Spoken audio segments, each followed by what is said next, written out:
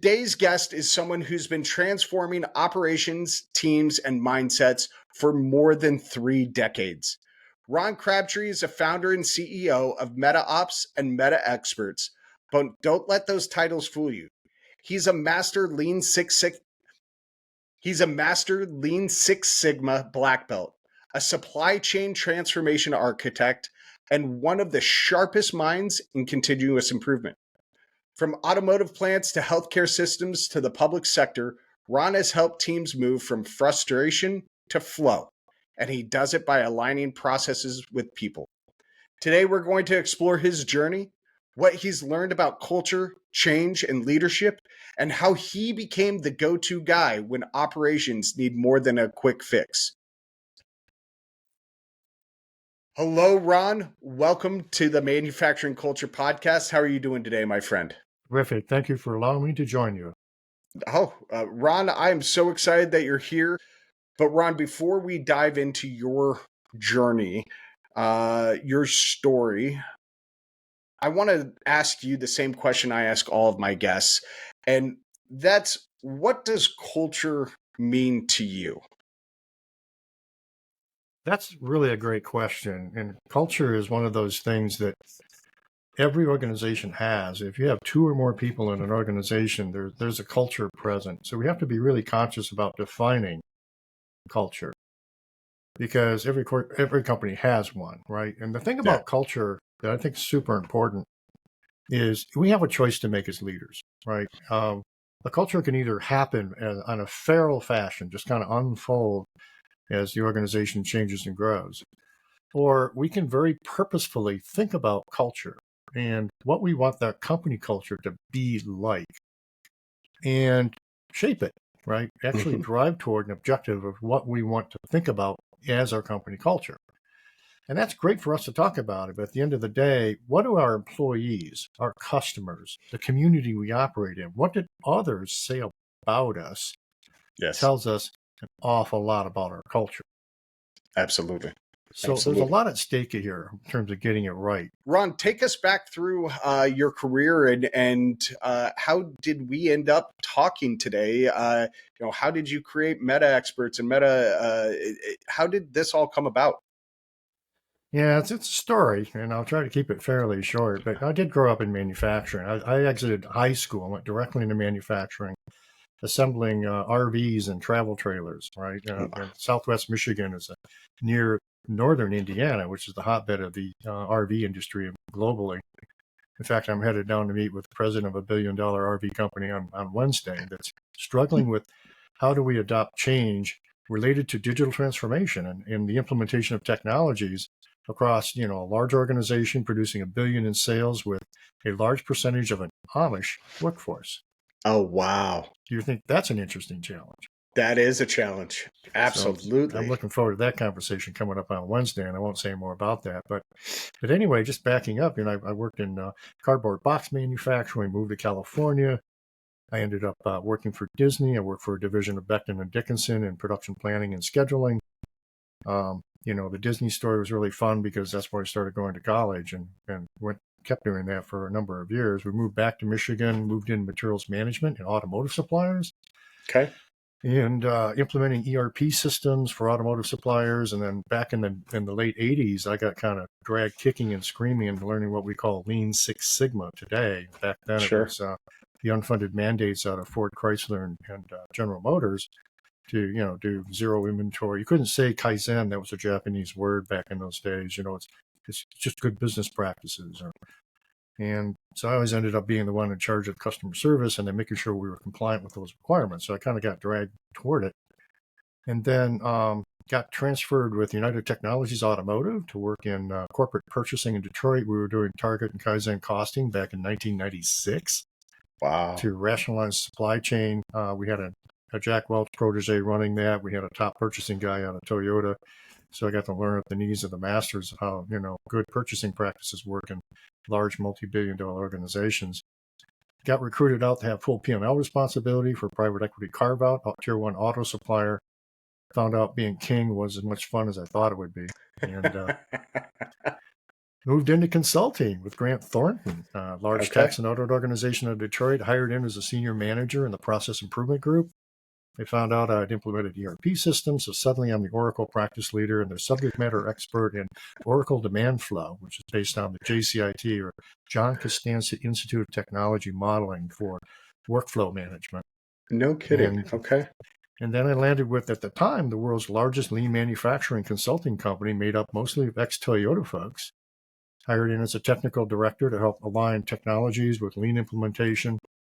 Got pulled into the accelerated lean deployment program at Ford Motor Company. At one point, I had 20 project managers and consultants working with me under my direction at multiple plants at Ford. We were doing target and Kaizen costing Wow. activities and actually value stream mapping against the core Toyota metrics, which if we have time, we'll talk more about that later and how that ties back to culture, by the way. Yeah. And we were able to break down at every single workstation in these Ford plants what all the opportunities were around safety, SQDCMP, safety, quality, delivery, cost, morale, productivity, those sorts of Wow. metrics. Yeah. And, it was a great learning experience. And of course, I'm going to night school through all this. Right. And then finally graduated in January of 97. But anyway, I started my company back in 2002 when we incorporated, initially as a management consulting company in Lean Six Sigma and supply chain. And, in the consulting business, you have to build a brand, building a brand for myself. So I decided to become very involved with thought leadership. So I started traveling the country, doing speaking presentations. I was very involved with Apex ASCM. I probably presented to 20 different professional organizations over the years, and got pulled in through University Alliance to help develop the Lean Six Sigma online programs under the Villanova brand. And God gave me the gift of being good in front of the camera and developing content. So they kept inviting me back. They eventually decided to compete head to head with ASQ for the Six Sigma Black Belt certification. Okay. So help develop, the text and write the test questions and all that jazz. And then they put together a 32-week program on lean supply chain for University of San Francisco, again under University Alliance. And then more recently, I was hired by a large e-learning company. I won't mention them, but they hired me and I put together a team. We built out an all new digital transformation awareness program. This is 4 years ago now, where we just started from scratch and said, what does digital transformation mean now? Right? Because their content was getting a little dated. And that would be a long conversation, but there's more than 30 different chunks to digital transformation. Wow. AI is just one, and everybody's talking about AI as, big, solves all of our problems. Well, I'm sorry, it's just a tiny piece of the slice. And, it's death by 1,000 cuts, and we could go off on that one for a while. But anyway, we helped them revamp and update all their stuff. And today they're Gartner Magic Quadrant for digital transformation awareness training globally. So we had a little hand in that. And I've developed, change management training and done a ton of delivery around change management in association with lean transformations and adoptions of technologies. Helped write 5 books along the way. My book, Driving Operational Excellence, is available on Amazon.com. It's an anthology. I had 24 of the smartest people I know come bring their best stuff. Wow. And developed a program I call it the Top Facilitator Program. It's a 2-day development program to address this issue that people who lead change typically don't have the full set of skills required to be successful. There's, the technical stuff, there's the cultural and organizational stuff, and then there's the personal skills required to be super effective in front of people, with people, to lead them through difficult conversations to make change happen. And that's been integrated. When I teach a Six Sigma Greenbelt program, all of my customers have now agreed that we spend the entire first day of a 5-day class. The first day is nothing but facilitation skills and how to be really good with people to lead and drive change. And that's been an interesting differentiator. And then you mentioned my podcast, Metapod. We started that up a year ago. And the premise of Metapod is the 3 common challenges manufacturers face in North America. The first is the forever labor shortage. Surprise, surprise. Second is digital transformation and digitization of work. Unending challenge, getting worse, and it's going to accelerate. And finally, we just have to do more with less. That's everything.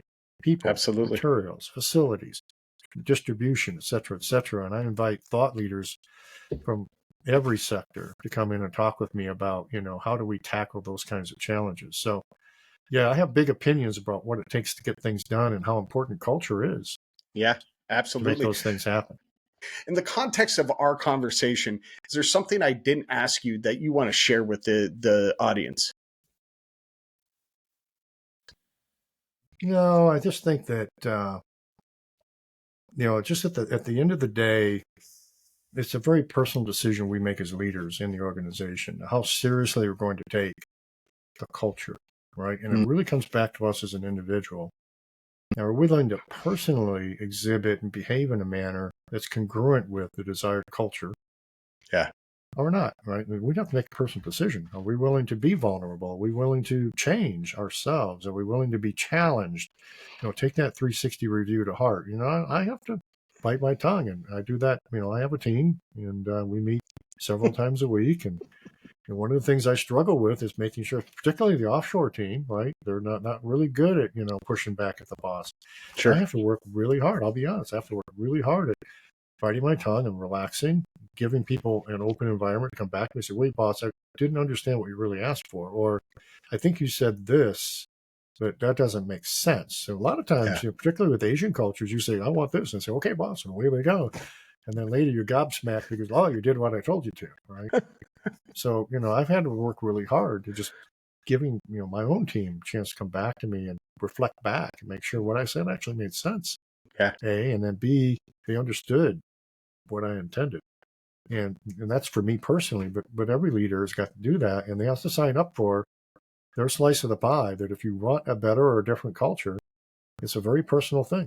yeah, absolutely. Ron, ladies and gentlemen, folks listening, this was a wild ride today. Again, my neck hurts from nodding so hard. From walking us through your journey, your story, your pathway that you've been on, uh, to talking about the human side of operational transformation, digital transformation. Ron, you've really reminded us that true, authentic change doesn't start with technology, it starts with the people. And if there's one thing that I want the listeners to take away from today's episode, is that culture isn't an add on. It's something that you build with intention into every decision, every process, every team, every organization already has that culture, like you said earlier, Ron. So, Ron, thank you very much for your honesty, your wisdom, your vulnerability, and for showing up with such depth. Um, this was a truly awesome conversation. So, thank you very much. So that's it for now, folks. We've got more incredible guests coming down the pipeline. We've got some great conversations lined up. But until then, keep leading, keep building, and as always, make it human. Thank you.